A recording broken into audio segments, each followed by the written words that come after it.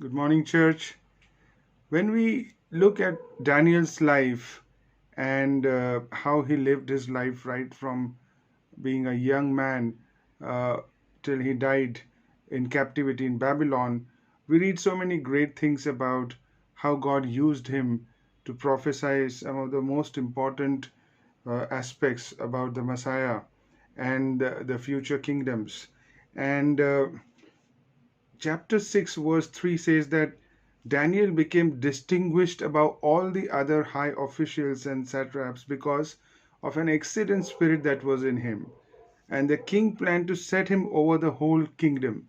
So this excellent spirit, in some translation it is right, he had an extraordinary spirit. And we know that Daniel had a very strong character, and we'll just look at a few aspects which will become such a great example. If we look at Daniel chapter 1, verse 8, it says, Daniel resolved that he would not defile himself with the king's food or with the wine that he drank. Therefore, he asked the chief of the eunuchs to allow him not to defile himself. So, Daniel, at a very early age, had this resolve, had this clarity. He was single minded, and he had this clarity as a teenager, and a conviction, a strong conviction that he will not do something which is not allowed in his Jewish faith. And even in front of the king, in the king's palace, he refused to eat the king's food, and he just ate something simple which was allowed in his faith. So he was disciplined, he was not compromising, and he developed convictions at a very early age. Can we be disciplined like Daniel? Can we have strong convictions like Daniel? Can we be single minded like Daniel? And as a result, we see that how he interpreted dreams, and within no time, he became the king's right hand. He had wisdom. He must have been very well mannered and well behaved, and uh, he must have been influential in the presence of royals, and yet he never compromised his faith.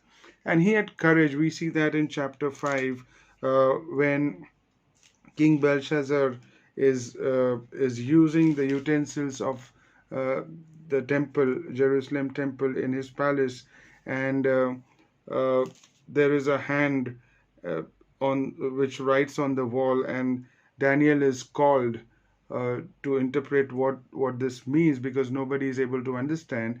And Daniel was bold enough to say what he had to say, what God asked him to say.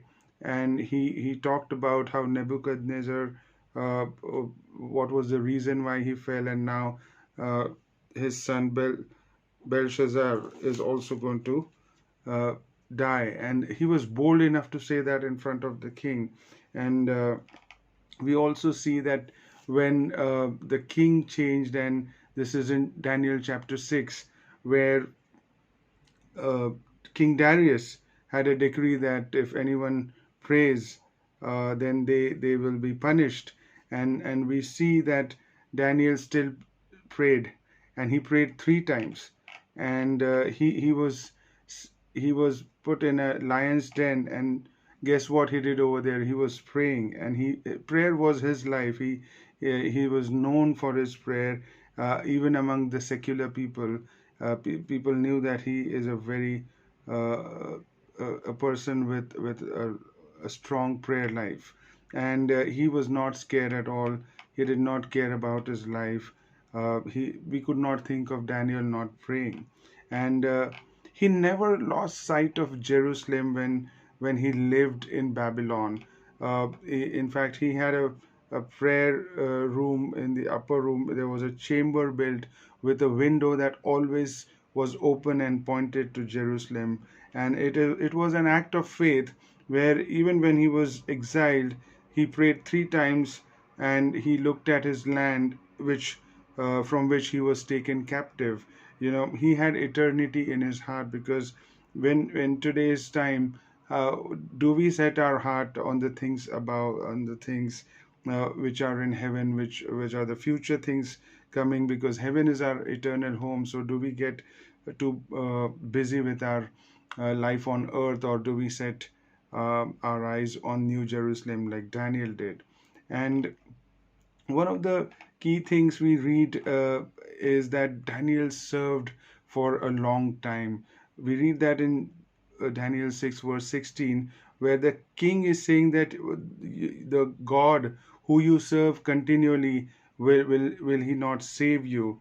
And this is quite interesting that the king, a secular king, was able to know about the God of Daniel because of Daniel's life, and we see that in the end when in Daniel 6 verse 26 onward, King Darius is making a decree that in all my royal dominion people are to tremble and fear before the God of Daniel, for he is the living God. This is what king is saying. For he is the living God, enduring forever. His kingdom shall never be destroyed, and his dominion shall be to the end. He delivers and rescues. He works signs and wonders in heaven and on earth. He who has saved Daniel from the power of the lions. So this Daniel prospered during the reign of Darius and the reign of Cyrus the Persian. Can people around us know about Christ in the same way people around Daniel knew about his God? He prospered in foreign land. He was not able to go back to Jerusalem, but he was the favorite of all the kings he served under, right from Nebuchadnezzar to his son Belshazzar, and then Darius, and then Cyrus, and he brought so much of glory with his life.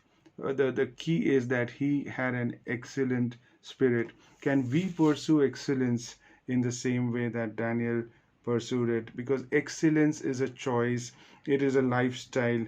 No matter where we are at this point of time, no matter what obstacles we face, we can always choose to excel from where we stand. It is necessary for our spiritual growth. It is like preparing ourselves to be used by God anytime. It is like honoring God's given gift and to fulfill his purpose.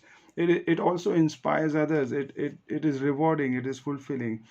Yes, we can always work very hard to remain fit, to look better, and to look energetic and have a healthy body, but can we also have a spirit which is pursuing excellence? And because that is how we can have a worthy goal as a Christian. Can we pray like Daniel? Can we have convictions like Daniel? Can we have courage like Daniel? Can we have faith like Daniel? Can we serve like Daniel? There are so many things to learn from this one life. Have a good day.